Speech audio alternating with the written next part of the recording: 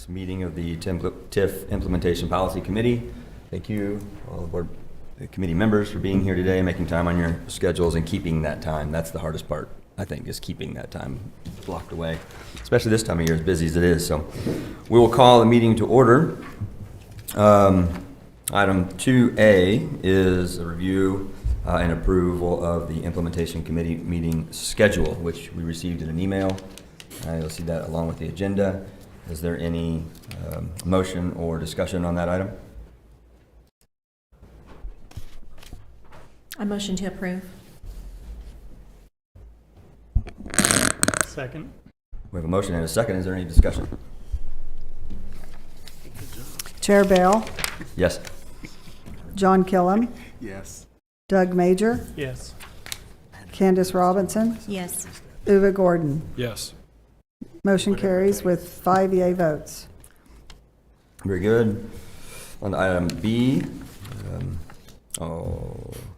approving the minutes of the August 1 meeting. Is there discussion or motion on that item? I move that we accept the notes from the last meeting. We have a I motion second. and a second. Is there any discussion on that item? Chair Bell, Yes. John Killam, Yes. Doug Major, Yes. Chris Redding, Candace Robinson, Yes. Uwe Gordon. Yes. Motion carries with 5 yea votes. Thank you. Item 2C, we have some updates on a variety of things, and I think Melissa is coming up to talk to us about that. Good morning, committee members, and happy holidays to everybody. Let me get this one piece pulled up for us. Okay.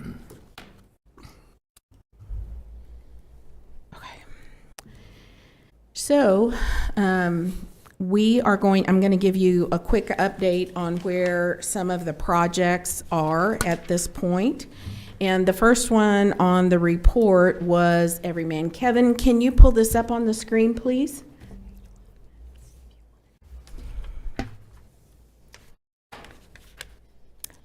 Well, not happening. What I'm trying to show is I contacted Lambert Construction. Chris Allen is a project manager on this job, and he sent me a timeline.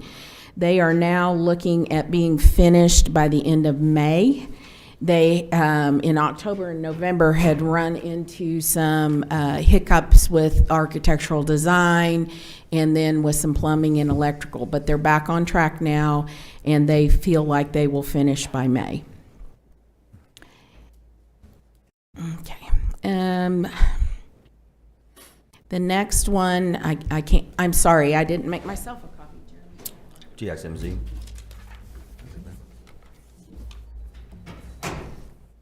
So TXMZ was the tenant for what I call the Merrifield Warehouse over there at the corner of 10th and Husband. And through the process, the developer, Progressive Development, keeping in touch with the principals at TXMZ, it became very clear that things were not progressing the way they needed to.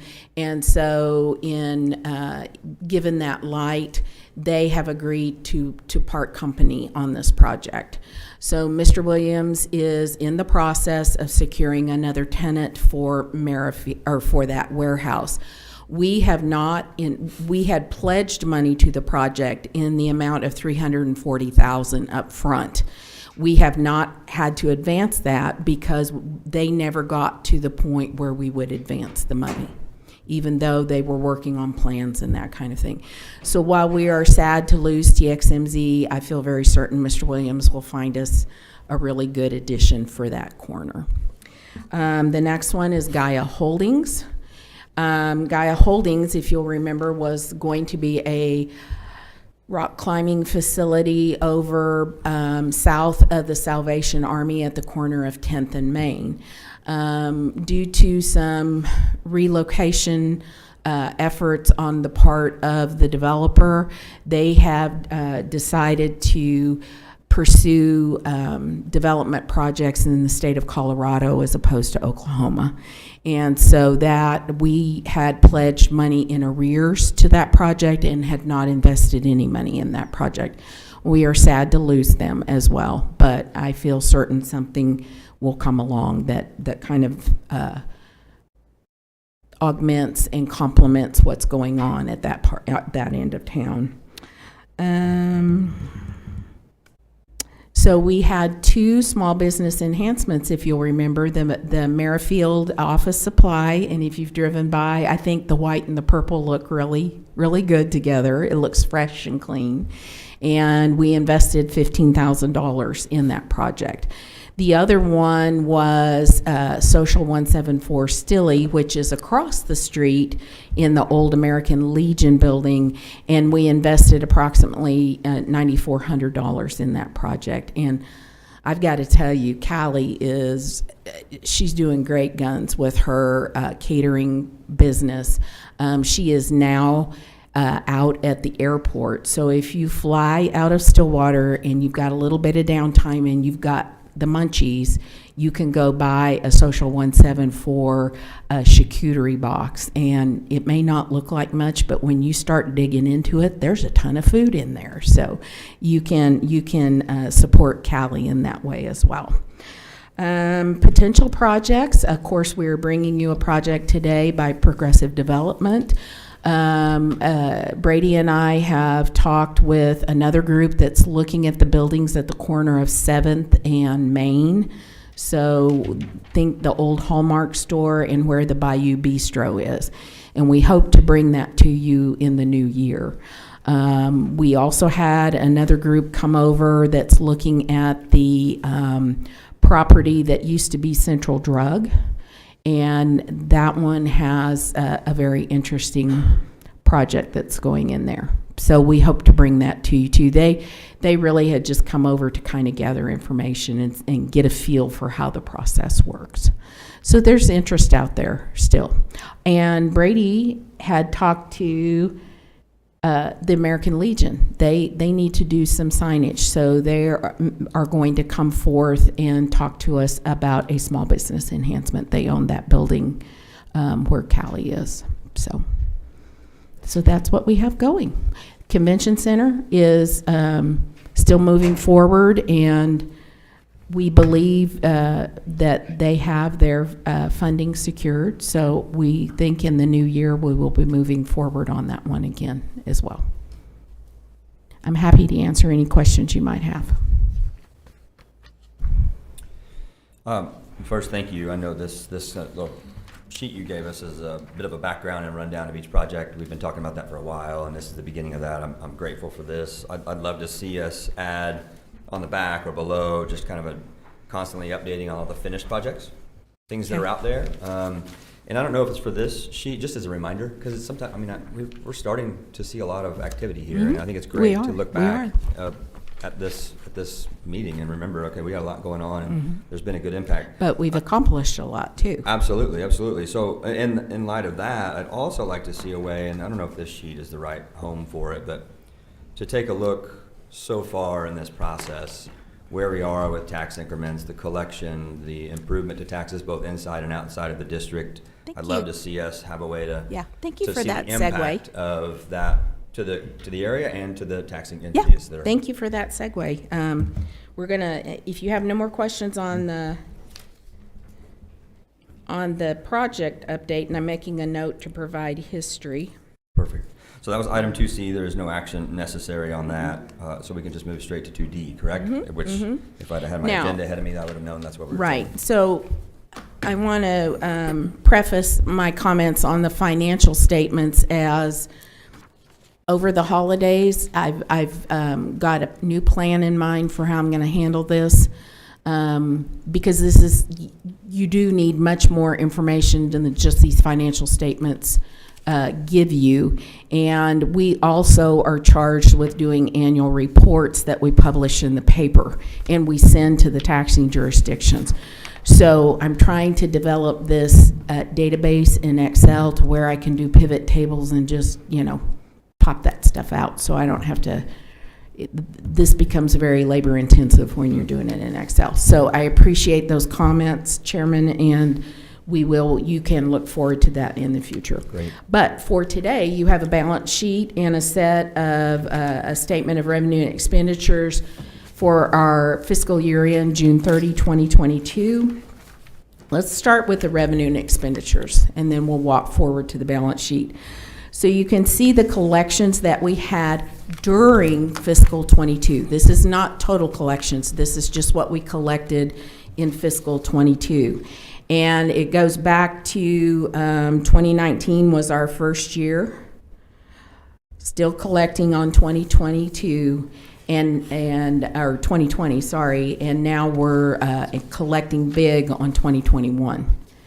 So we should see collections for 2022. They usually roll in about February, March timeframe. By the time they collect and then get the taxing jurisdictions paid, then that TIF starts rolling in. But not a bad year, really, 625.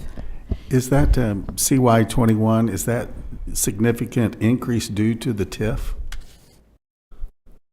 Well, again, this is increment collections, and so as this was the current year they were collecting, and it's not an increase. It's just that that's how much we collected in that current year in 2022. I can see I'm not answering your question. Well, it went from 46,624 in 20 to 566,841. But again, this is what we collected in our fiscal year 22 off of these years. So this is what was remaining. We're about at a 3% uncollectible accounts rate right now. So some of this would have been considered, what do they call it, Mr. Major? It's not delinquent, well, I guess it is kind of delinquent taxes. Previous year taxes that weren't paid in that tax year. In that current tax year. And so if we go back and look, in 2019, we may have collected $4,000 or $500,000, and this just kind of adds to that piece. Same with 2022. But yes, that's a large portion of what we were due for 2021 on the increment. This account does earn interest, and so you'll see that interest allocation there. The city, as the administrator of the TIF, is charged with making we call them refunds, but taking the base assessed value and sending that to the taxing jurisdictions. And then, yes, I think that's right. And then any of the increment, how it kicks in, we send to the taxing jurisdictions. Right? Okay. I know. This is what we did during the year. There's also a component piece of the project plan that provides for an infrastructure payment to Stillwater Public Schools. And to date, we've collected $87,000 on that $2.83 million obligation. The development agreements that we entered into this year, the 32.5 for the right-of-way improvements over at Stone Cloud, of course, Everyman, Social 174, and Merrifield. And then we had professional services, and that's our legal fees, and a publication fee for those annual reports that I mentioned. So we had, really it should have been net revenue, not assets.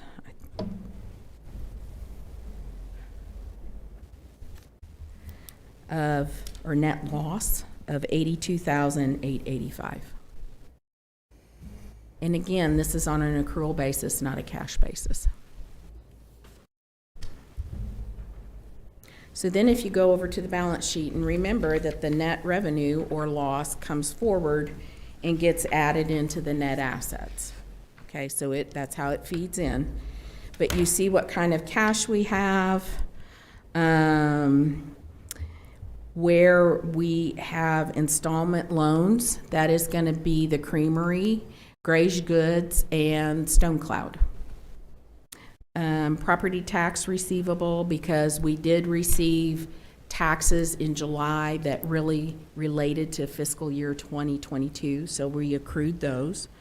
An intergovernmental receivable, the money to pay for Stone Cloud was coming out of our $1 million allotment for upfront funding, and so far we haven't needed to go get that just yet, so we've left that over in the SUA. And then interest receivable. Under accounts payable, you can see we owe the taxing jurisdictions, and I don't remember if that I think that distribution was made in July. It should have been. We have the public schools, which we're holding that money here until we get to an MOU status and understand what payments we're making when. And then we have the everyman. And then the notes payable relate to the line of credit or the borrowing that we did from SUA to fund these upfront projects. And then you have your net assets. And I'm happy to answer any questions you might have.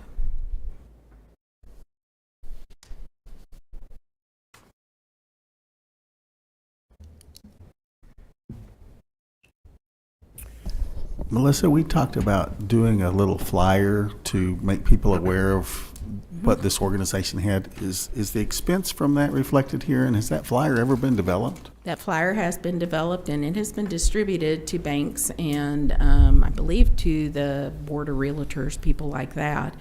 The city absorbed that through our communications budget. Okay, thank you. Any other questions or discussion? Thank you, Ms. Reams. It's another non-action item, so no motions are necessary on this. Moving to item 2E, we have an evaluation of applications submitted by Progressive Development, LLC, requesting assistance in development financing pursuant to the Campus Link project, located at 923 South Main, and to also create a recommendation to the City Council. I believe Mr. Moore is going to come up and talk about that. Yep. Right there. Still good morning, right? Good morning, board. Brady Moore from the City Manager's Office here to talk to you about an exciting project that we hope we can partner with this TIF committee. So the project is Progressive Development Corporation. The address that we're looking at today is 923 South Main Street. It's a 7,000 square foot building that's being redeveloped along with 1,000 square feet of outdoor dining space. Corey Williams is, again, leading this project with Progressive Development. This is bringing in 2 new businesses to town. One is Hatch Early Mood Food. It's a restaurant, a high-end breakfast restaurant that he can tell you more about, and then Roundhouse Bakery as well, which is a new business that could be relocating to Stillwater. The total development cost is approximately $3.6 million, of which the applicant has asked for $525,000 in TIF assistance. I'll invite Corey up here now to talk about the project and answer a lot of your questions.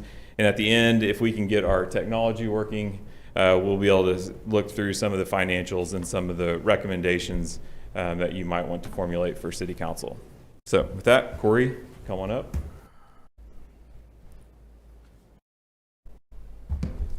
Thank you, board. Thank you, Brady. Glad to be here again, I think. I always get a little bit nervous whenever I'm the one that comes up the most. But I'll start by addressing the elephant in the room with regard to TXMZ. Melissa touched on it a little while ago, but having served in a role similar to yours for 10 years, I'm pretty protective of taxpayer dollars. And, in the lease that I structured with TXMZ, I gave a ton of tenant improvement money. It was, first off, I'll back up. It was structured much differently than Stone Cloud. Stone Cloud, whenever I reached out to Joel, the owner, I said, I'm going to build you a brewery, and you're going to come in and operate it, and here's your rent. And he said, cool. And I promised him a Chevy Impala. I think if you've been through there, you see that we delivered him maybe closer to a Porsche. And I learned some pretty hard lessons, and I can assure this group that the but-for test was absolutely satisfied in the scope of that project. But for the city and this group, that would never have happened. And I hope that you've enjoyed it. But in order to mitigate my risk as a developer, I structured TXMZ's lease very differently. Basically said, here is a large sum of tenant improvement money, which some of that was the TIF money that you approved, and some of it was just my own cash as an investment in the project. And said, you go build it, you design it, you build it, you're a restaurant. And he came before this body, I think, and at bare minimum, he was at city council and said, hey, we'll be open by October. I didn't have plans, and they had not submitted for a permit in October. And I, as a developer, had given them free rent up until November. Long story short, there started to become requests for money, and our lease was structured much like the city's structure is, on a reimbursement model. You bring me invoices, you bring me lien releases, I'll write you a check. And since nothing had happened on the building, those things weren't satisfied. And it became apparent that we weren't actually going to be able to move forward, because in anything, there's a lot of trust that's associated, and that trust was just kind of quickly eroding. And so we parted ways mid-November, and we have a couple of different things that we're looking at to put in that building. But I can tell you I'm in a much better position with that building today than I was in January whenever we entered into a partnership with TXMC. And that's in large part due to the next thing I wanted to talk to you about, which is StoneCloud. I hope you guys have all had the opportunity to go there.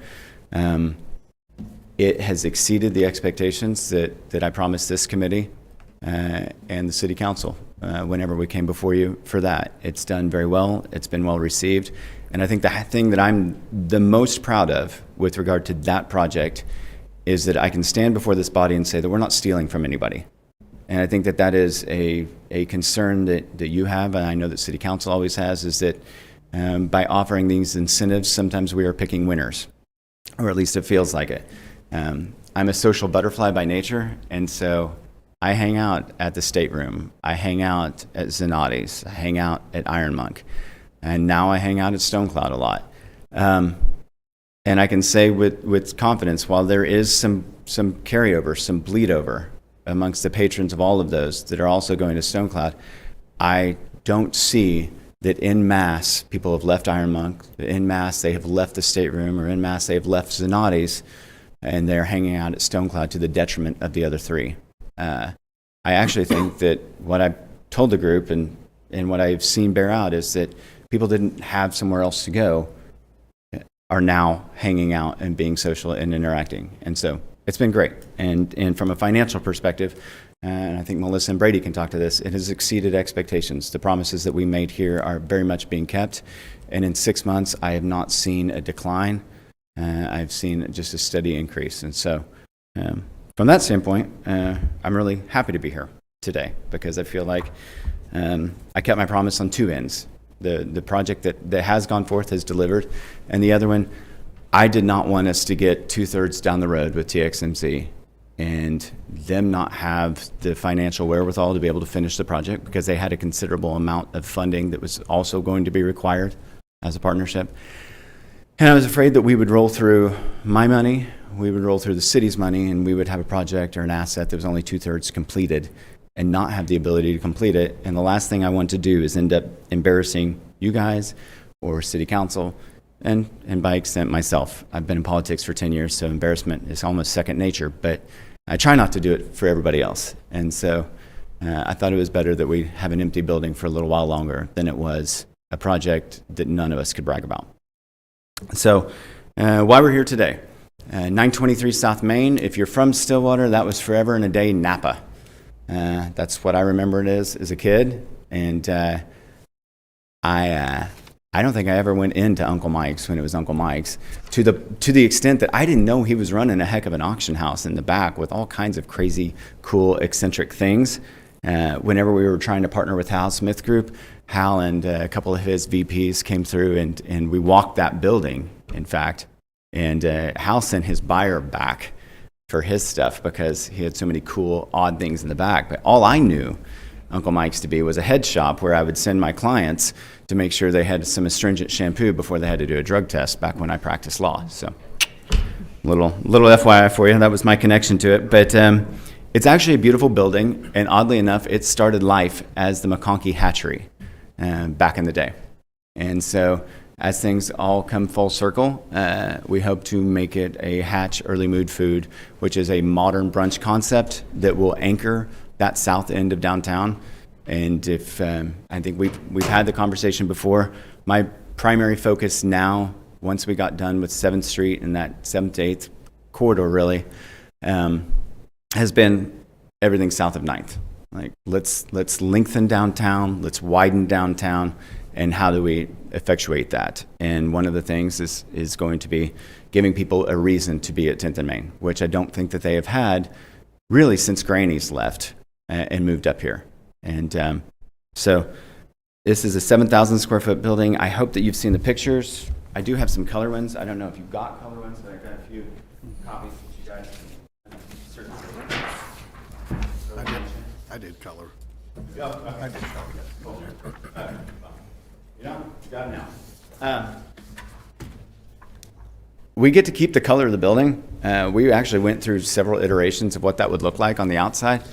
Gray or the white and black that seems to be popular right now and everything. And we just kind of kept coming back to, it actually hits the color palette of Hatch dead on as it is. And so we'll give it a refresh once we get through knocking a bunch of holes in it. But if you stand at the inside of the building, you can see where all the original windows were. If you're on the outside and you squint real hard, you can see them. But there's a ton of windows that go back into that space. And so we'll be taking everything that isn't original out of the building, and the original storefront will be restored, and all the windows facing 10th Street will be restored.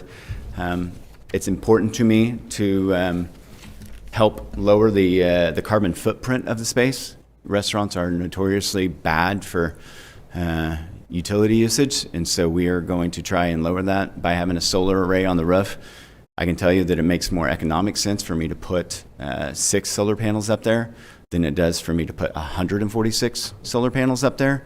The ROI on 6 is a lot better than 146. But from a this is what we do and this is how we move forward standpoint, I'm committed to doing the 146 panels up there, because I think every commercial building should have as much as we can, or be doing as much as we can to lower our footprint. And so we'll have 4 inches of rigid foam insulation, a white TPO, and then we'll have bifacial solar that will not only get it from the sun, but as it reflects off the roof, it'll collect that as well. For a single shift restaurant, I actually think that we'll end up offsetting our carbon footprint 50 to 60%. For a normal restaurant, it would be closer to 20. Let's talk about the 2 concepts. Roundhouse Bakery. I don't know if you are familiar with Roundhouse. She's at the farmer's market quite a bit. She's out of Perkins, and she violates every rule of real estate with regard to location. And she is absolutely sought after in violating those rules. Like, the first time I went to pick something up from her, I said, this cannot be real. It is in rural Perkins, off of the highway, over the river and through the woods, quite literally, to a roundhouse that's been converted over to her bakery. She does phenomenal stuff. Her stuff is primarily organic, clean, 100% from scratch. Everything she does is made in-house. There are no boxes, there are no premixes, there are no anything. It is all done right there, and she can walk you through the work that's incurred. But I think a dream of ours is always to be bringing in out of town, certainly, and out of state business, and she does that. She ships her cake sample boxes all over the U.S., and thereby her wedding cakes all over the U.S. and all over the state. And so we can take some of that money that is coming from somewhere else and recirculate it in our community. I don't always like stealing, but I don't mind stealing from Perkins at this moment. She has 9 employees now. She will have 15 whenever she opens, and thinks that she'll probably operate somewhere in the 18 to 20 range. We're excited to have it not only from the bakery's perspective, but she is going to have classroom there where she is going to be bringing in other bakers to train them, and they can go back and do it elsewhere, and also where she can host events and train the community in cake decorating and baking and things like that. So not quite a table au sueur, but close-ish, and that there'll be some training going on and some community engagement. You know, retail is increasingly relying on experiential retail, and so she meets that very, very well. And for me, it gives people another reason to be downtown, not just grabbing a pastry, but like spending some actual time down there. And then Hatch, I don't know if anybody's had the opportunity to go, but we've got one, Hatch Automobile Alley at 10th and Broadway. We've got one at Chisholm Creek, one in Jinx, one under construction in Fox Lake. Jeff recently announced that they're going to go to Lawton. But I think that this will be the first store that's opened outside of a major metropolitan market. And we're pretty excited about it. It is the result, much like of everything that we've done, of very prolonged conversations. I've had Jeff and Aaron in this town 4 times since 17, 18, looking at different buildings and trying to convince them this is the right thing to do, selling Stillwater from an operator's perspective, from a developer's perspective for an operator. I've done it with Hal Smith Group. I did it with Joel. Joel was probably a 2.5-year conversation easily for the brewery. And so these things take time, but here we are. And unfortunately, there is a lot of cost associated with it. You know, I've spent $40,000 on demo already, and there'll be at least another $10,000 of demo because we have one more masonry wall to remove, and then all of the windows and the storefront. So it's probably $10,000 to $15,000 just in additional demo. Unlike TXMZ, I am coming to you after significant investment. I've got $52,000 in architecture and engineering fees that I won't recover. If this group says no, it's just a wash and we move on down the road. To that end, you've probably seen the fencing go up. And if you've asked Development Services, we've already pulled a building permit on Roundhouse.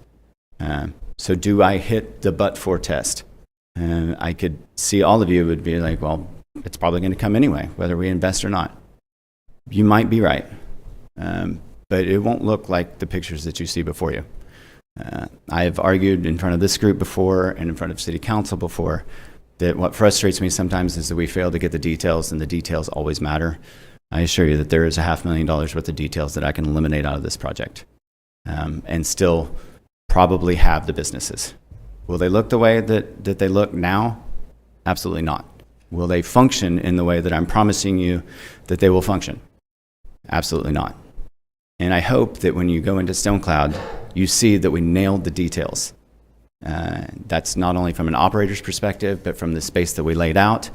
I tell people that I think the architect did a phenomenal job on that building, really getting the flow from front to back with elevation changes on both sides of the building. He did a terrible job on budget and time. Just killed me on both. But I do think that the space functions very well, and a lot of that is saying, okay, this is a detail that we are going to pay for.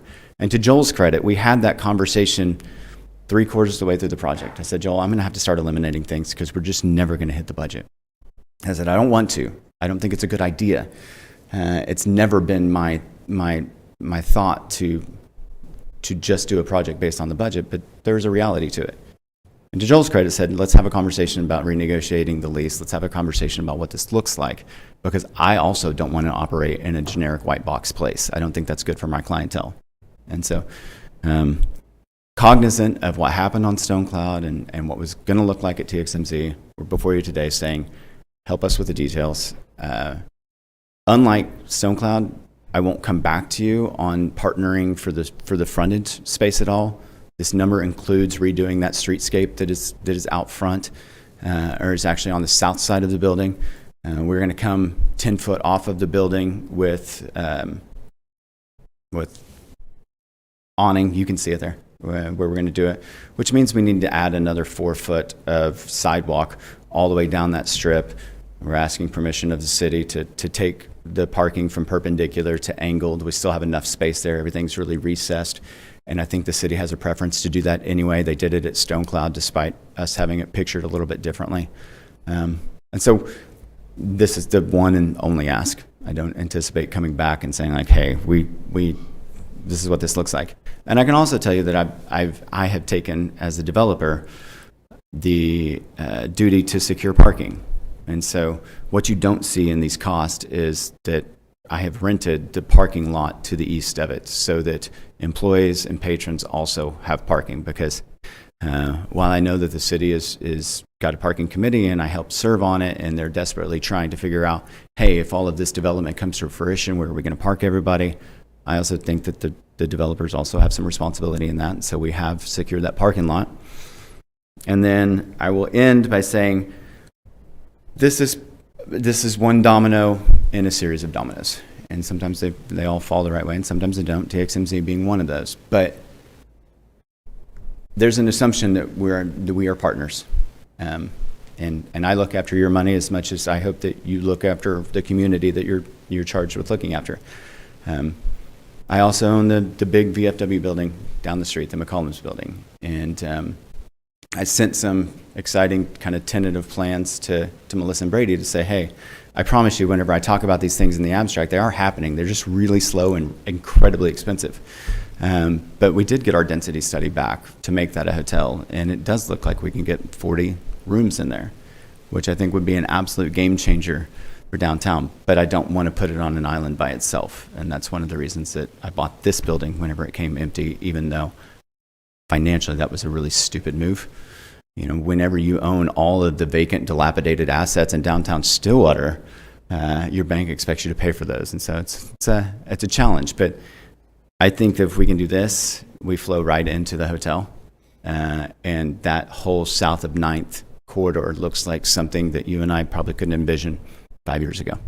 So with that, I am glad to stand for questions. I think I gave Brady some employment numbers earlier, but I think Hatch looks to have 15 to 20 full-time back-of-house staff, 20 to 30 front-of-house staff, 3 managers. And I think I told you earlier that Kayla is coming in with 9, will open with 15, and thinks she will operate full-time somewhere in the 18 to 20 whenever she's fully up and going. And then I think that the city has all of the financial information about what it looks like from a sales tax, liquor tax, property tax stuff. So I'll let them speak to that. They're certainly more talented in being able to do so. But I'll stand for questions with regard to the development overall. Questions? Discussion? I think I'm going to do some disclosure here real quick, just so you guys know. The Peters are good friends of ours, have been for a very long time. I can show you pictures of their cakes in my phone that they've done for us, because they are spectacular. They are absolutely beautiful pieces of art that are also as healthy as you could make a cake. I'm going to be excited about helping promote this going forward, just so you all know where I'm coming from. So that's all I got to say. I appreciate that, and Chairman, and I am, Commissioner, I always, and what we aim to do is to elevate Stillwater constantly. And so I'm not trying to bring in something that we necessarily already have, or that is just another tenant. Like I'm really trying to bring in things that people will really appreciate and can benefit from, both from a community standpoint and a personal standpoint. So yeah, Kayla does a fantastic job, and she is very committed and very excited. You'd mentioned that this was done, that you flipped it the way that you had these others by not having the tenants have to pay for the improvements. But it's listed here as, what, $1.4 million that the tenant's going to provide. So is this a little bit different? Yeah, it's more of a hybrid model. So I think about this project being broken into really 3 projects. You have the Roundhouse Bakery portion of it. Then you have the hatch portion of it. And then you have the shell, which includes the roof, the solar, the bathrooms, the ingress, egress, everything on the windows, the exterior portion of it. And so I really, as a developer, I've done what I can to mitigate everybody's expenses. Kayla's are quite reduced. She will have a lot less tenant improvement in it. Her husband is a carpenter by trade and does phenomenal work. So you see those pictures in there. They're all very white because we don't really know 100% what the finish out is going to look like. He's in charge of all the millwork, and they're in charge of all the painting. I'm going to get them the HVAC, the hood vents, the plumbing, the electric, the walls, and everything to do with the exterior. And then he's gonna really kind of dress that space up. Hatch will have a significant investment in, like lowering their overall cost of build out. If they were to just generally do it, I think it'd probably be about 175. Jeff it's just Jeff now. Jeff bought out Aaron, so Jeff would tell you. Well, you mentioned the solar panels. How much are those? And are those included in this overall cost? They are included in them. It's $112,000, Yeah. and the roof is $123,000. Yeah. So all of those numbers nearly make me faint whenever I think about them. But I mean, I've been up on the roof, and I've been up on the roof of where TXMZ was going to go, and both of those places deserve to have that and to help offset the footprint a little bit. And so, yeah, it is included in the overall pricing, and certainly that's a detail that if we didn't partner, I would have to consider eliminating, although I absolutely believe it's the right thing to do. Yeah.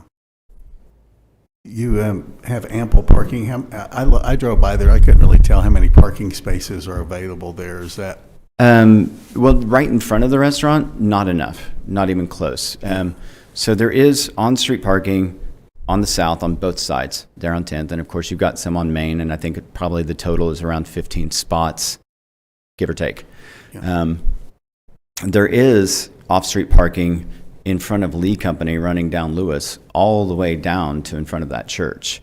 There's a good chance, depending on what we look like in the beginning, that I have the employees of Hatch ask them, hey, you guys be down here.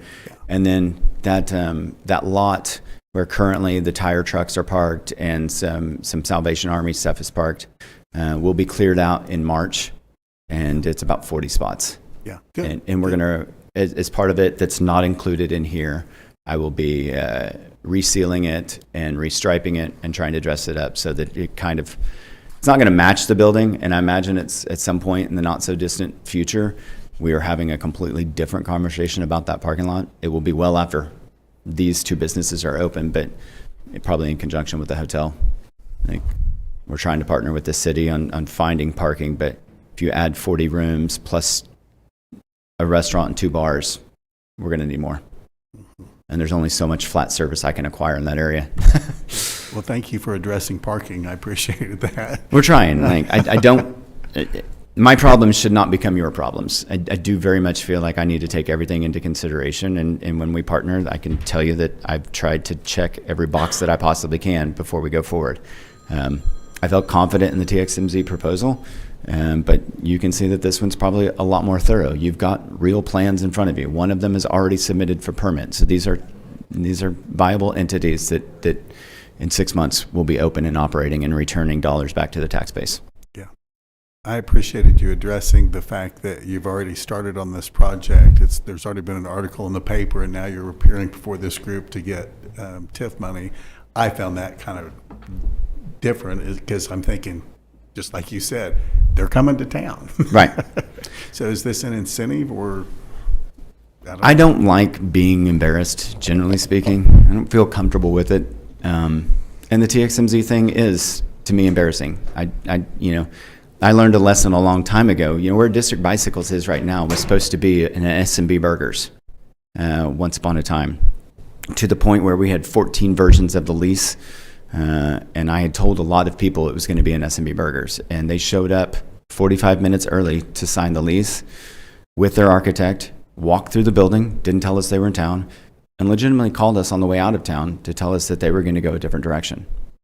And so at that point, I never tell anybody what anything is going to be until the ink is dry, checks have been exchanged. And I thought it was pretty safe in doing that with TXMZ because we did have a signed lease, we did have a check exchange, and we did have plans to go forward. It just wasn't enough, really, to get there.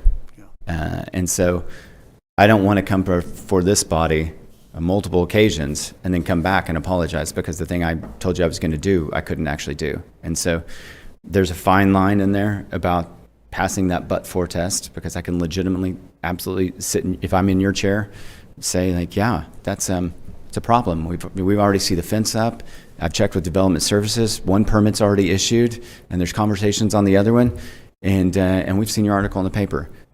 All of those things are true, but it doesn't take. Whenever you're talking about 115,000 for solar, and you're talking about, I don't have to knock all those holes in there. For glass. Glass is incredibly expensive right now. Windows are incredibly expensive. So you start knocking some of those things down. I can find $500,000 of details that come out of this project real quick. And, but I don't want to.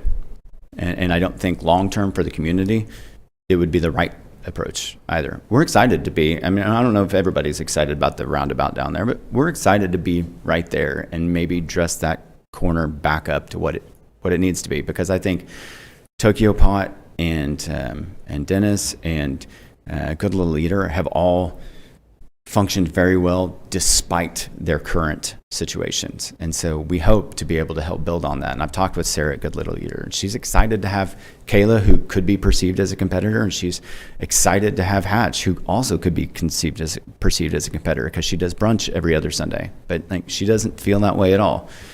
She's excited that we're going to have reason for more traffic to be down there, and clustering is good for everybody. Yes, sir. Question on the Hatch thing, is it basically a morning restaurant like Jimmy's Egg, or is it going to be the evening as well? Yeah, it is a morning restaurant. So technically speaking, it fits into that one shift niche where they're open at either 6 or 7 in the morning. And most days will close at 2.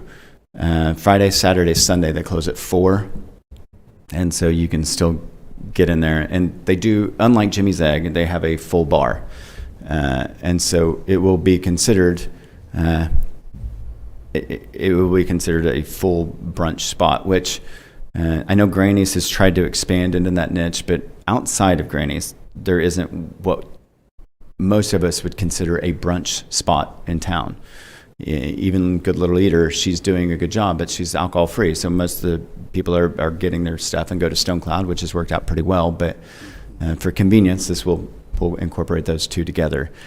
For a lot of the kids that come out of the Houston Metroplex or the Dallas Metroplex, we don't have what they're used to, even a little bit. You know, if you're used to a Breadwinner's Cafe or one of those places, like we don't have another broken egg.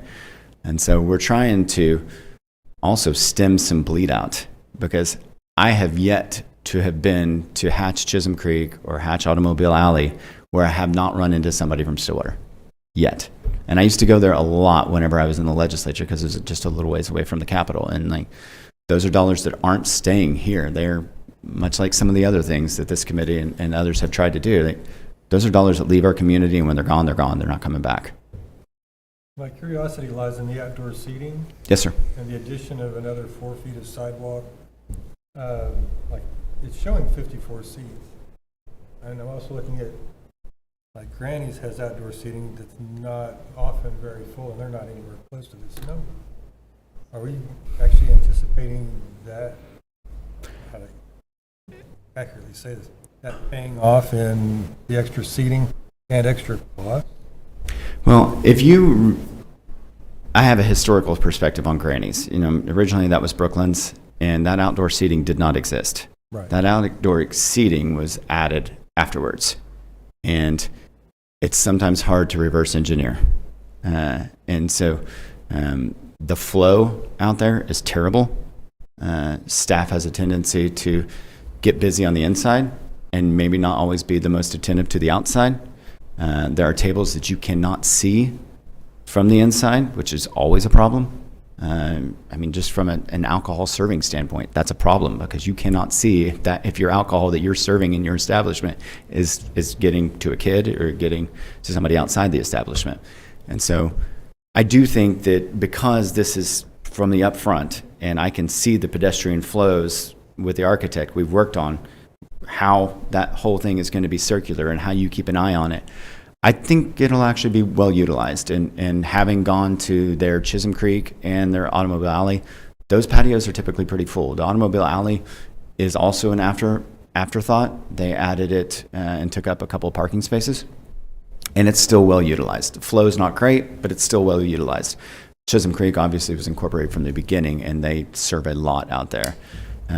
Neighborhood Jam has good patios, and they're well utilized. So I think that if you put the forethought into it, you can make it work. Or if you spend an incredible amount of money, you can make it work. I mean, and you guys did. That's an amazing patio that you have up top at Eskimo Joe's. But that's the kind of money you have to be able to incorporate into it to make it really function as an afterthought. And I just think that Brooklands was kind of tripped up by that. And that patio, I think, is on the north side, so it's always, not always in the shade, but it's in the shade quite a bit, so it limits your usage. Right now we have this drawn in with canopies. We'll give it a year and see what that looks like. If the canopies aren't enough, then I've already committed to the operator that we'll drop a standing seam metal roof over it, as well as heating. Right now it has fans and misters, but it may end up having heat as well, because we're doing that now at Stone Cloud. I told Matt and Joel, like, let's get rid of these 15 standing heaters, and we will put rails underneath the patio experience out there, which, again, going back to the but-for test, that rail actually was in the original plans, and we had to eliminate it because I really was bleeding out on the project. And so that is one detail that got nixed, even despite the city's investment in it. It was too much.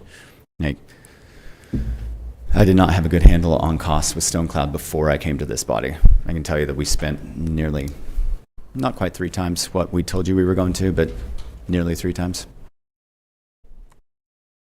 Will that repeat itself? I mean, what were the circumstances that revolved around such a dramatically higher expense, and how will that be different now? Is it rising costs, and what was that? A lot of it was COVID cost, both for labor and materials. Like, we came to this body when price per foot was 140, and we built whenever price per foot was 220, and there really wasn't much choice. You're just going to move. I don't really believe in standing still, and I'm not capitalized to the point where I can have a collection of empty buildings for very long. And so we just kind of went forward with it. And again, conversations with Joel were great. We had a good operator there that I think both parties had a lot of trust in. And so, no, with this project, I don't feel like we're going to hit another pandemic, fingers crossed, that's going to suck up labor. And if anything, I think materials costs are coming down a little bit. And I think what we have, I tell everybody, there isn't a project downtown that I haven't learned from yet. And I would love to have a project where I could actually tell somebody I didn't learn something on it, because the word learning is code for I spent thousands extra than I intended to. When we took out the ceiling of Elite Repeat, we found a floating masonry wall that could have fallen at any time and crushed the people underneath it. I think that's $25,000 of structural stuff that I got to learn. And I haven't had one yet that hasn't had some kind of a surprise. But I do think that we're learning different ones, glad to say.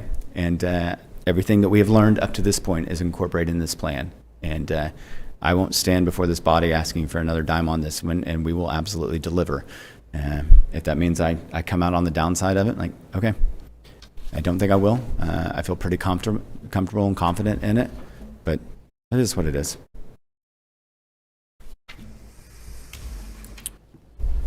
Other questions? Discussion? So what we have, $3.6 million project, $524,000 ask. Essentially what we would like to do is have a discussion around a recommendation that we might be able to form for council.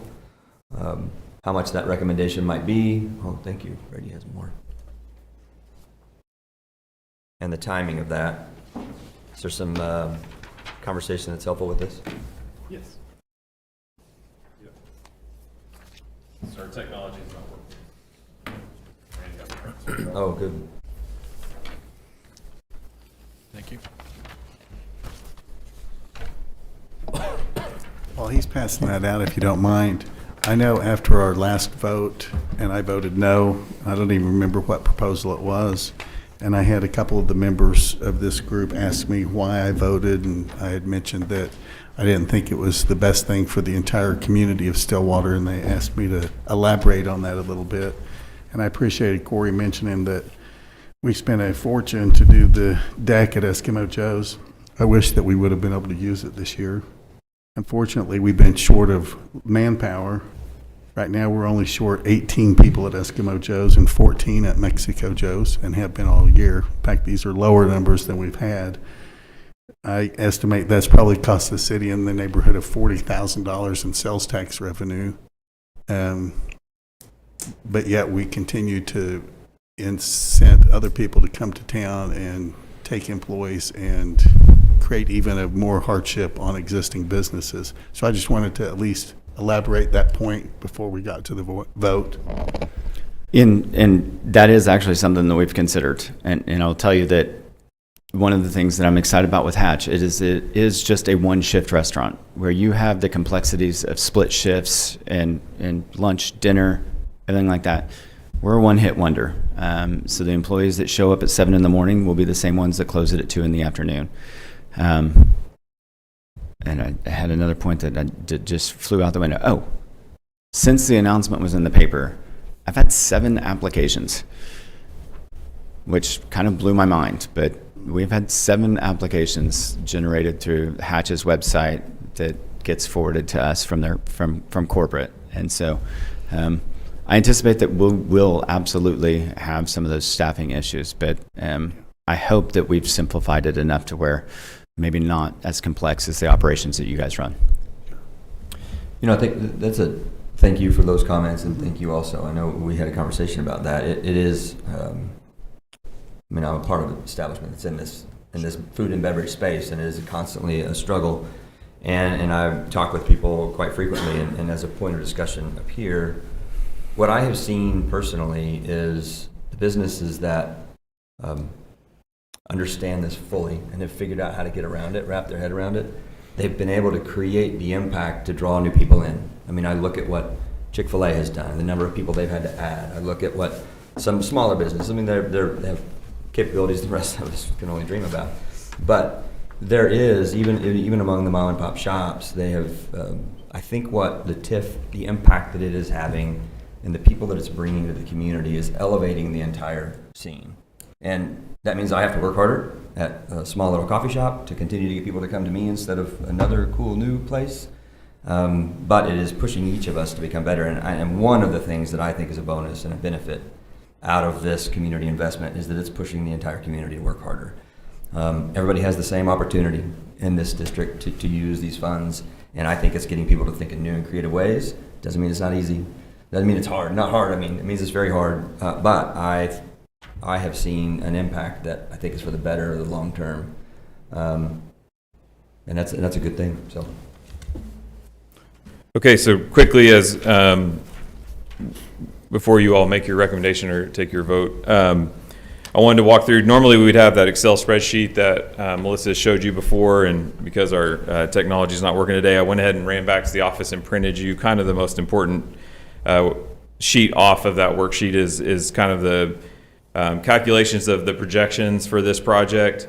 As you've seen, in previous projects that have been brought to you, you've seen that there's kind of a stretch at the payoff amount, kind of looking like, if we dedicate all the sales tax and the 2% of undedicated sales tax to a project, and the increment taxes, ad valorem taxes to the project, and we can sometimes say, wow, this, the risk is a little greater with this project.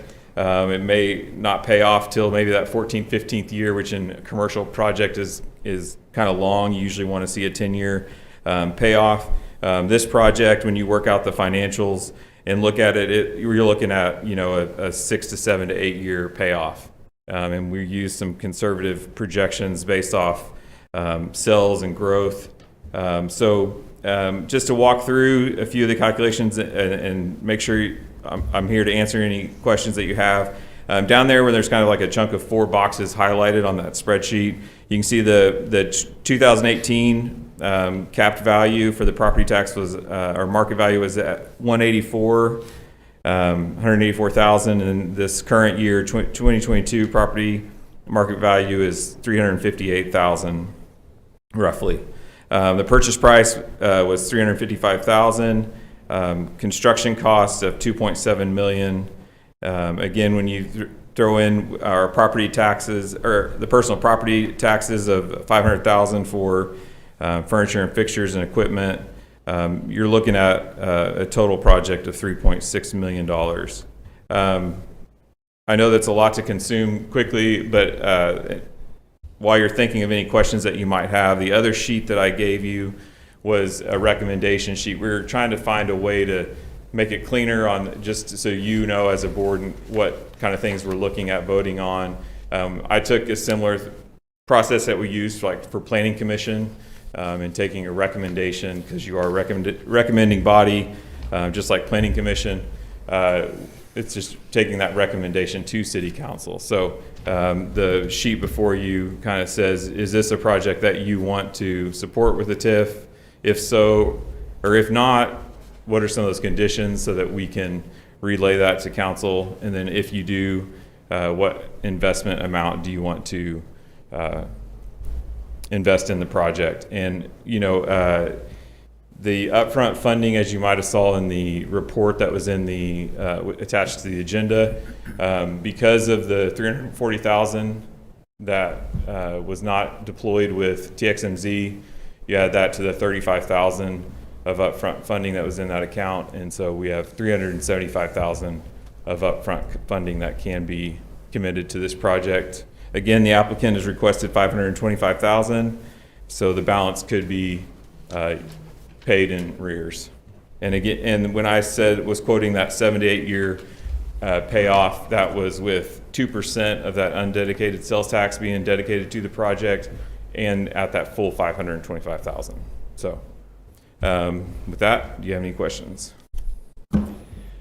With the small business projects, the little business improvement projects, do the funds for those come out of the same pot that we have for upfront funding, or is it separate? It's a separate amount. Okay, so we don't have an impact on our ability to support those types of projects. Okay, could not remember that. Any discussion, comments on the financials provided by Mr. Moore?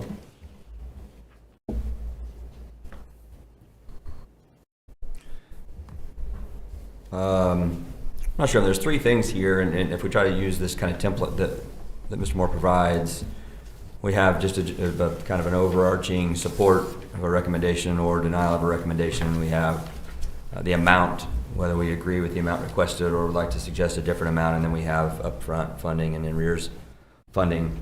I'm not sure there's an order to tackle those 3 things. We try to tackle the amount first or the recommendation first with opinions on the amounts then, but I'm just going to open up the dialogue with those 3 things. It would be good if we could kind of come up with a recommendation one way or the other. But I think those are the 3 things that are included as this template kind of guides us towards. So comments, discussion on any one of those 3 things or something else related to this project.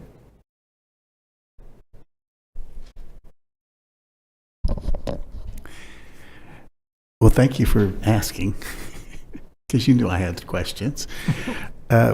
My comment is that when we first got this group together and we were talking about the TIF, I don't think there was ever an intention of giving people money up front. All the discussions with Dan Batchelder were that these were going to be in arrears, that they were going to be paid afterwards. So for me personally, I can't support anything that gives money up front.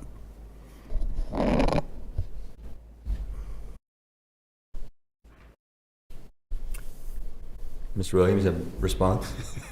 I think we're open to have dialogue at this point, right? I mean, there's no... Okay. The attorney's sitting right there. Okay. I would Very good. Please. I laid out this project without the money being up front because whenever we were making our plans, there wasn't anything left, and I had not yet terminated the lease with TXMZ. So that and whenever we did terminate the lease with TXMZ, that money goes back into the coffers. And I think there are some parties that are right on the cusp of proposing things that could have been here today, but they decided to wait for whatever reason. So I'll say that.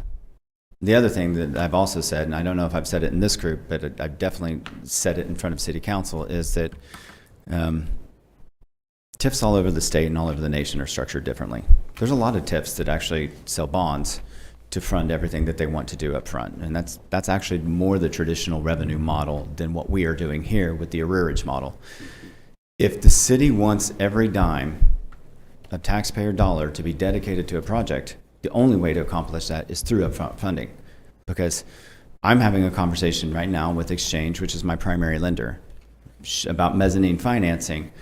She'll absolutely charge me for that, somewhere probably in the 8 to 10% range, because it is mezz financing, not necessarily secured by the overall building. And so you think about 10% of that $525,000 coming out and going to a bank, instead of being turned into brick and mortar in downtown Stillwater or wherever else in the project plan area that these things go to. And so Anna will tell you that you did vote for upfront funding on StoneCloud, and I appreciate it tremendously. It got us all the way home, and but for it, I absolutely can tell you that place would look markedly different than it looks today. But I only come at it from, again, in this particular project, can I survive with it in arrears?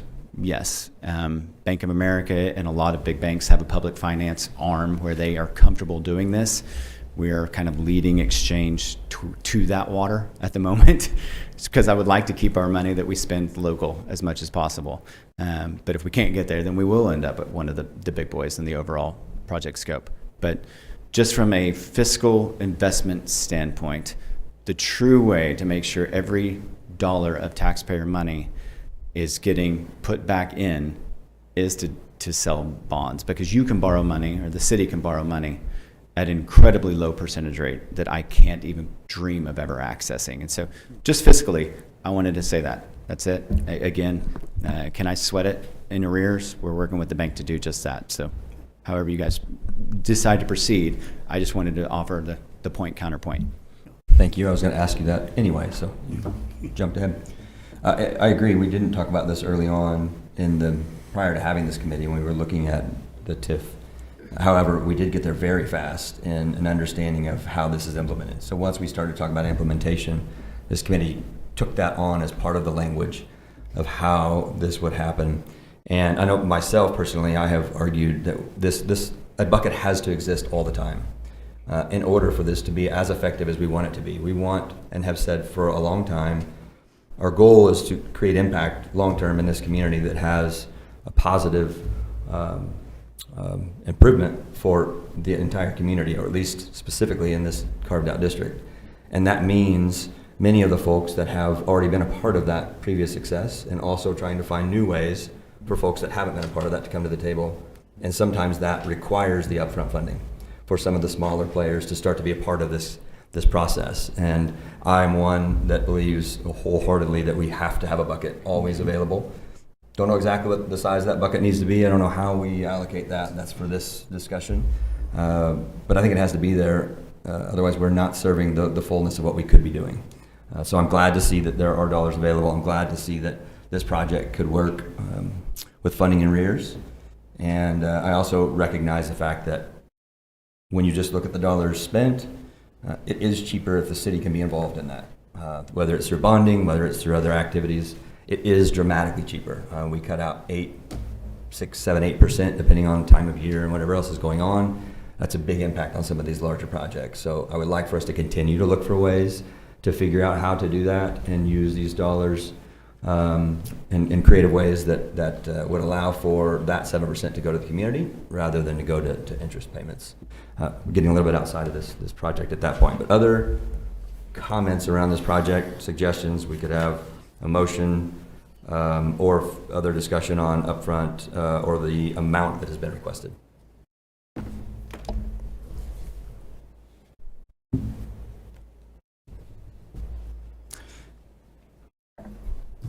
Hearing none, I will see directly, is there a motion on this request for funding for both of these projects? When you say both of these projects, what is that? Well, if I understand correctly, the request is to accomplish the building that will then house both Hatch and the bakery, right? So it's one project from a development point of view. The money is going into the property, but the property will then house 2 retail businesses or food and beverage businesses. Is that? That's correct, one project. Yeah.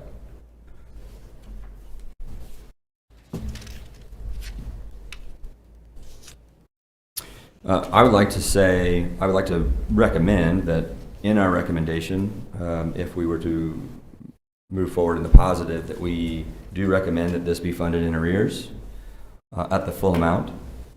And I believe I'm allowed to do this, so hearing no motions, I would like to motion that we recommend this project moving forward as presented in the amount requested at $525,000.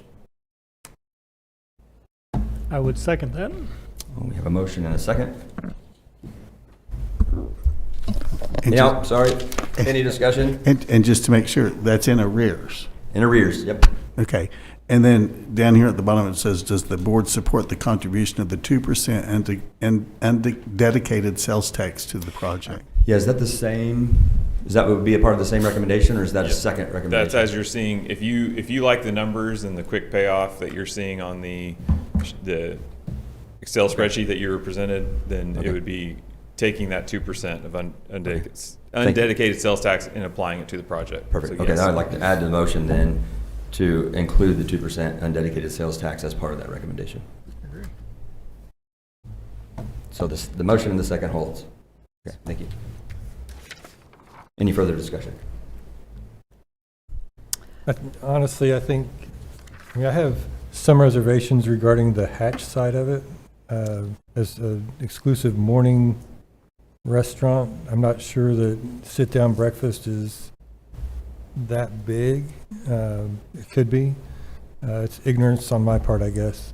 The draw from the available labor pool is a concern, but it seems like it would be, it would miss the traditional, the more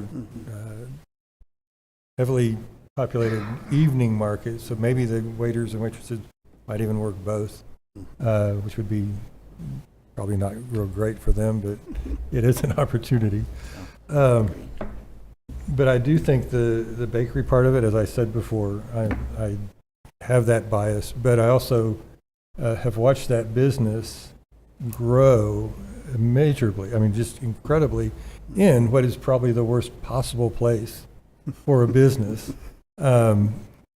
And it's done so based on quality product. And I think moving to a dedicated spot instead of the first floor of their house,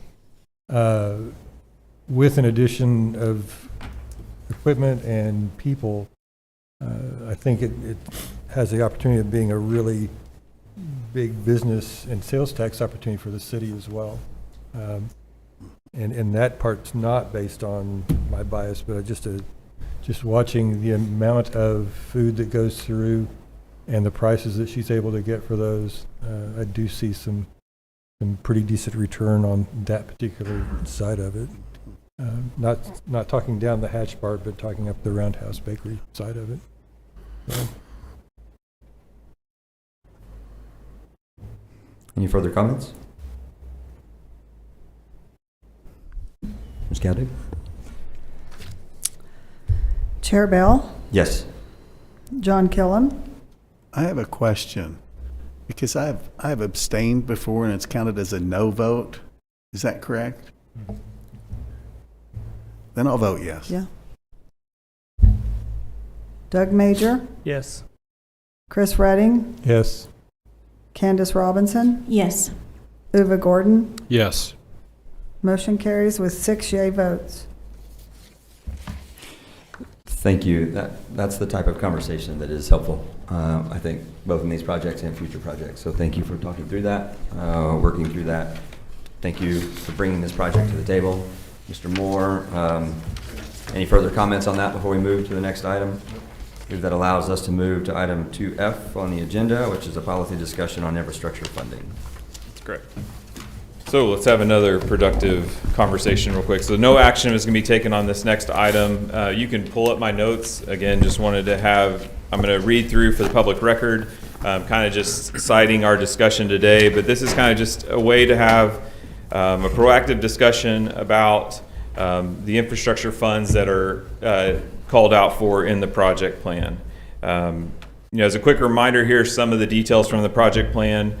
Section 1, the introduction states increment district revenues can provide funding for public sector costs to stimulate private development and provide improvements to and beautification of the area to create the dense, high-quality development that the city contemplates. In Section 4, under the objectives of the project plan, item G states to provide public benefits and attract private investment through the construction of public infrastructure and improvements to allow for the developments of the project area. Section 5, statement of principal actions. Implementation actions for this project plan include all necessary, appropriate, and supportive steps will consist principally of the following. B, public infrastructure improvements. So that's the second item listed under the principal actions. And finally, under Section 8, under the budget of estimated project costs to be paid by taxes appropriated from the increment district, the line item for public infrastructure, facilities, and improvements is $11,617,500. So in this discussion, we, as staff, and as we've talked here even, is we see these infrastructure funds being implemented some various ways. One is by investment in the right-of-way. When you see the word row, that's right-of-way improvements for the areas adjacent to approved projects, such as parking, sidewalk, streets, and utility improvements that would support that project. As you know, we were scolded. Our first and only one that we took to council, directly to council, Melissa and I, was for the supporting the Stone Cloud sidewalk and ADA ramp that was there. And so we wanted to, again, have this discussion today. The second would be like investment in public infrastructure to a targeted area to encourage development in an area that needs encouragement through improved infrastructure. And then as 3, I thought this was interesting as I was reading the project plan. Item H, under the statement of principal actions, it kind of basically describes Block 34. It says, the principal action is to establish a central gathering place for the downtown area and other civic meeting places in the project area with recreational and educational opportunities and other amenities. I'll stop reading there, but you can see that that includes supporting the public improvements for an area such as that. So, I want to turn it over to the board, just have a discussion. There's no action to be taken. It's just, how do you foresee or how do you envision the use of these infrastructure public infrastructure funds being implemented? Is it to the projects? Is it, targeting an area or to support projects like Block 34? Again, the money has to accumulate first in the TIF, as we all know, before these things can be implemented. But, we just want to talk about the process. Well, I know I have quite a few strong opinions about this, so I'm not going to start the conversation. Open that up. Is there any questions or comments around what Mr. Moore said or ideas on how this gets put into place?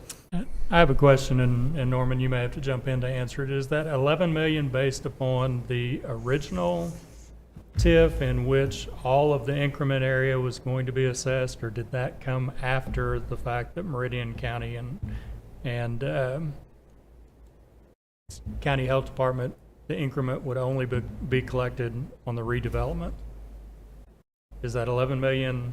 The original TIF was like 33 million, and it was going to be capturing taxes on the entire area.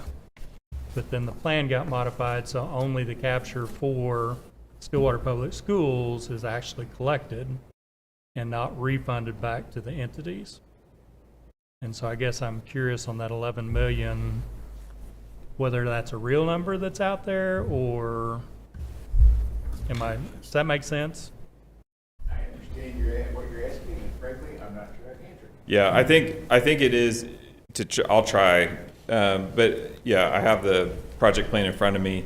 The total project cost increment, what could be imagined in the TIF, this TIF district number 3 is $32,500,000. And of that, $32,500,000 is that $11,670,000. And I believe under the state statute is a certain percentage of increment financing has to go to public infrastructure. Yeah, and I understand that, and the original TIF was passed, and the city was going to capture the increment on all of the district. It was modified later so that those 3 taxing Indirect and direct. jurisdictions, Yes. the indirect, came back to us. And so I guess my question is, will that 11 million really ever be realized in the TIF? So are we talking about 11 million?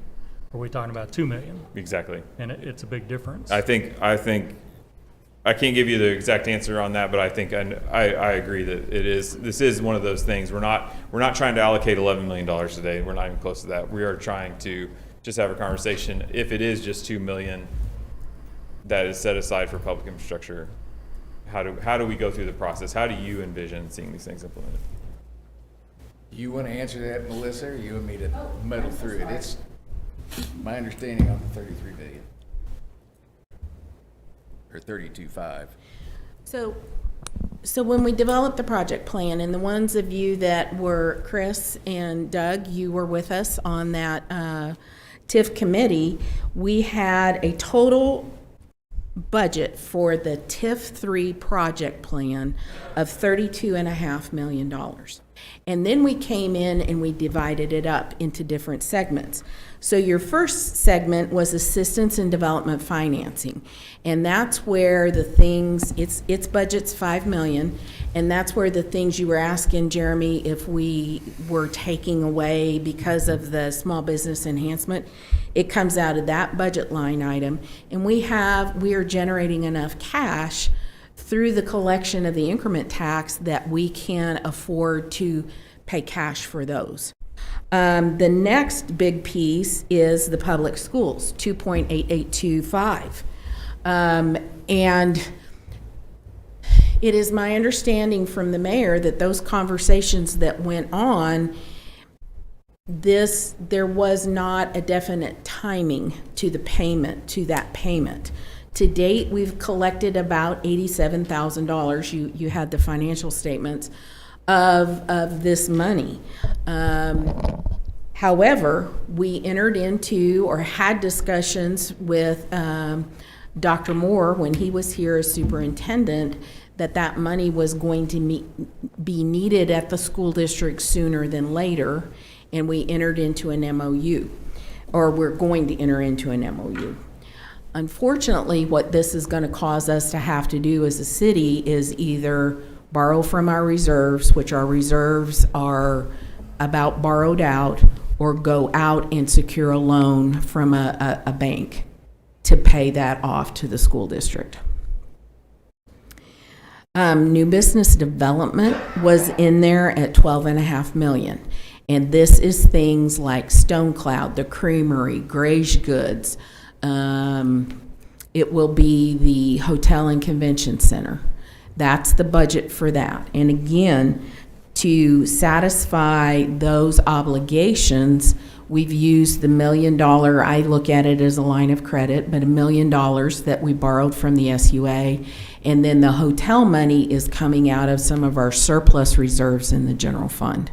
We have pledged $6.2 million to that hotel. So you can see we're eating into that budget pretty substantially. And then not lastly, we have administration and implementation at $500,000.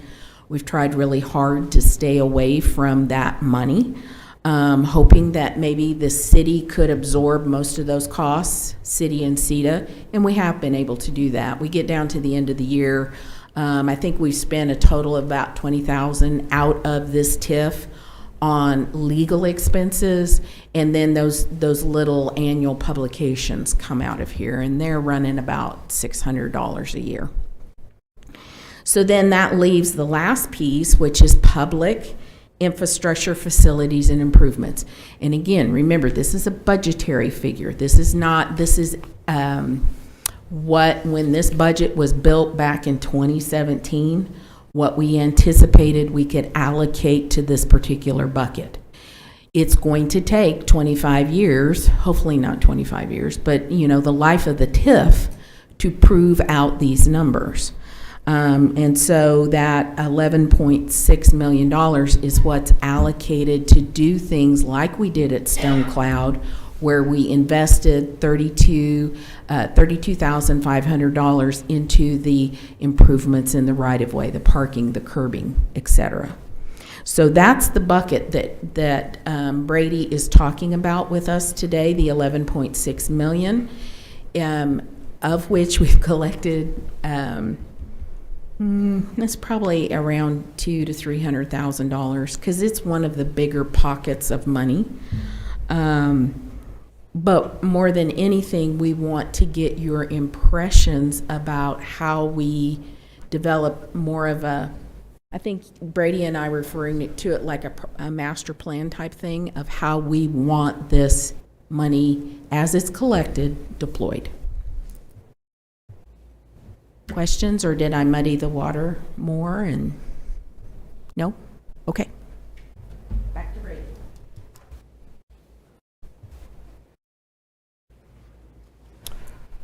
Go ahead. If I might, to me, this is a little bit different, the way this TIF is structured, because typically the infrastructure costs would have been in the plan before the TIF was developed. So the TIF is developed saying we need to replace water sewer lines in this area, and so that's part of the plan. The way this one is structured, it's almost like we're collecting money to be used against. And in that regard, I would think any type of public improvement might be treated a little like any other proposal that would come. Is the only, in this case, the city might be the entity that comes to this body and says, based upon the development in these areas, this is the public infrastructure that needs to be enhanced to this level. And so, in my my expertise on this committee, I don't know what needs to be replaced when, but it would be a way for us to be informed as to how money against that 11 million was used in terms of moving forward, and then we could at least in our minds determine whether or not it's complementary to the other projects that we've approved or are looking at. Yeah, I think I very much agree with what you're saying. What I wonder about is, could the city, this is not a quick thing, I know we have comprehensive planning coming up, there's a number of things coming.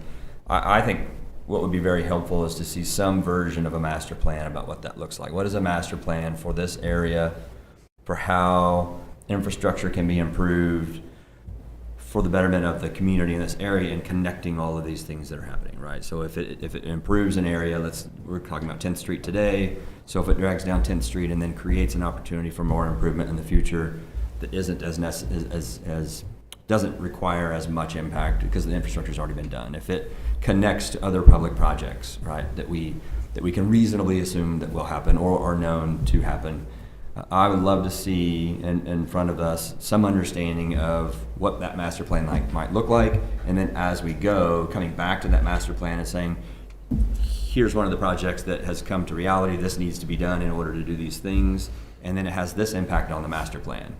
Maybe it adjusts it, maybe it doesn't, maybe it's just a chipping away, and the whole time, wouldn't that be wonderful? We just chip away item by item at the master plan and it doesn't change along the way. We can't assume that would happen, but I think that would be a great opportunity for this group to understand how city staff is realizing this, how they're looking out into the future and recognizing within reason what could be coming or what is coming, and beginning to tie all those things together using these dollars set aside. I think that'd be a very organized way to go about it, and one that is more transparent, at least to what our expectations are, and then the adjustments along the way. Okay. I also think that this fund's probably not going to grow very large very fast.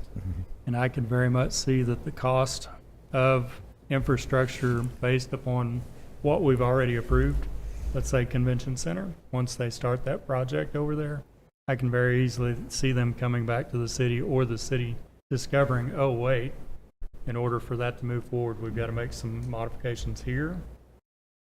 And those funds being used very quickly and over more funds used than what's available to make some of the projects that we've approved happen from the city standpoint. So, in some regard, I'm not sure that it's going to be a lot of extra dollars that we're going to be able to decide how they get used. And I absolutely agree with that. And I would like Betty in here for just a minute and tell you that developing a master plan is going to be a little difficult. And if I can use an example of Block 34 for a moment, we feel like it's our responsibility, not the TIF's responsibility, to do certain things. I've gone before the Transportation Sales Tax Advisory Committee, and they have agreed in principle, once they see a plan, that streets in the vicinity of economic development, Block 34, the Convention Center, once a plan is established, that they would recommend to the council to move that up in priority because of the economic development involved. What we can't predict are things that get added to those plans. At Block 34, to make the plan work, there's a $120,000 pipe that needs to run from roughly 9th and Duncan south to connect with what we're doing with CDBG block grant right now, to stop the pond that you drive through when it rains just a little bit there by the library, 12th Street. So I'm not saying we will, I'm just saying that might be an example of something that we would come to you and say, this is directly connected to this project, and it's something we hadn't anticipated, and would this be an appropriate use? It'd be real difficult for us to tell you that. I mean, we've done 60% plans on the, we meet with folks as they go along. Our utility folks look. Right now, for instance, at the Convention Center, there's not significant issue there other than the streets and sidewalks. West Street needs to be improved. Drainage on your end, I understand. But as far as making a master plan, this is probably more something when you're talking about just the TIF that would be project by project. Sure. Does that make sense? Well, it does, and I may be using wrong words also, but what I would love to see from our community's point of view is we have some understanding of where we think we're headed, right? I'm not saying, okay, this is the project that's going to land here, but it seems to be that within reason we can say there's going to be a major something over there. There's going to be a major something over there. We don't know the impact. We don't know what infrastructure is going to be needed, but we can make some assumptions that it's going to be a big project, and we may need to play a part in that. There's also going to be these public projects that happen, as we continue to development around 12th Street and downtown, and the opportunities that we have to create new public features, whether they are activity-based or park-based or whatever it might be. There's some understanding that these things are happening, and I think, along with I think what I'll interpret Doug's comments earlier to be, the city might come along and say, well, we don't really have that in our budget, but this TIF is our same opportunity like it is business owners and developers in town to get ahead of some of those and maybe even instigate them. And if we do this, then the state will come alongside and do these, and we can get this, or we can change the timing of those things that would then help with maybe some of these other projects come to realization that we've struggled with doing. So I don't need the definitive of that. It's more, I'm curious, is there any opportunity for us to lay out some groundwork of the potential of public projects and then the potential of private projects that could take place in areas of town, and then begin to apply projects to those, rather than here's a whole bunch of projects we know are needed and then we're going to carve away. We have some understanding of what we think the future could look like, which is how I kind of interpret comprehensive planning. Is it's a pretty Yeah, pretty gray, fuzzy picture of what might go, And then with the TIF, we might be able to impact the timing of those. I think maybe the nature of the plan that you want would be, I mean, we want to replace the streets around Block 34. We think it's our responsibility, whatever's under there, to replace, so you're not cutting up new streets, assuming it needs to be replaced. But that $120,000 drain pipe was not something that otherwise was needed. Mm-hmm.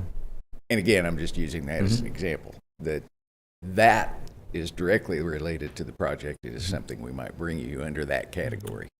If we find out that they need a drain pipe at the convention center, it might be, again, as an example, and I don't know about that, that's something that we would bring. Is that kind of along the lines of Yeah, I plan think that you so. would I make? think so, yeah. Absolutely. Because again, I will stand here before you and say that a lot of this, I think, is the city's responsibility.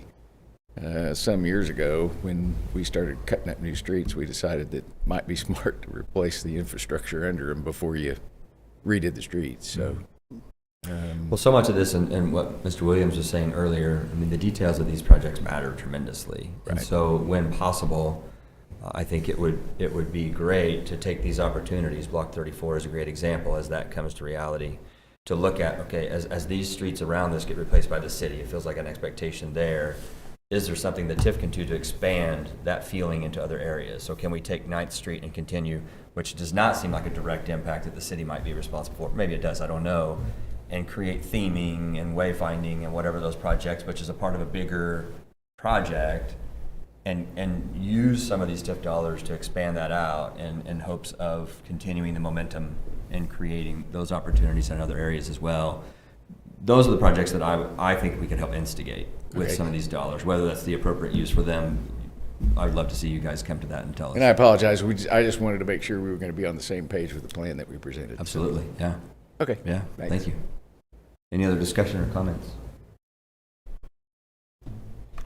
Anything else from you? All right. No, I think my last comment is, I think, you know, at the end of the day, I think you as a board would agree, we want to be excited about the projects that you approve. You can say, hey, we help partner in that. You know, Corey mentioned earlier on Hatch that, you know, he has in his budget what he wants to do to improve some of that right-of-way area, which is great.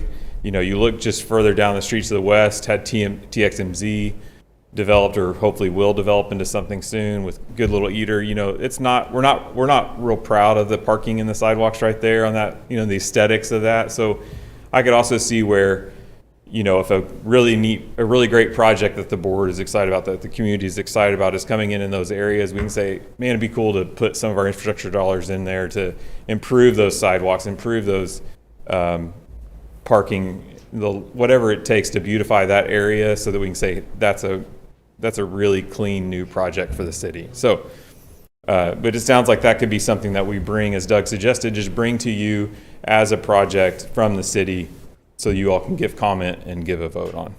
Okay, that sounds good. Thank you. Thank you. See no other discussion or comments on that. The final item is public comment. There's no one from the public to speak. So I think we're at the end of our agenda. Which brings us to a motion to either end or not end. Move that we adjourn. Second. Any discussion? Shall we take a vote? Chair Bell, Yes. John Killam, Yes. Doug Major, Yes. Chris Redding, Yes. Candace Robinson, Yes. Uwe Gordon. Yes. Meeting is adjourned 6-0. Thanks, everyone.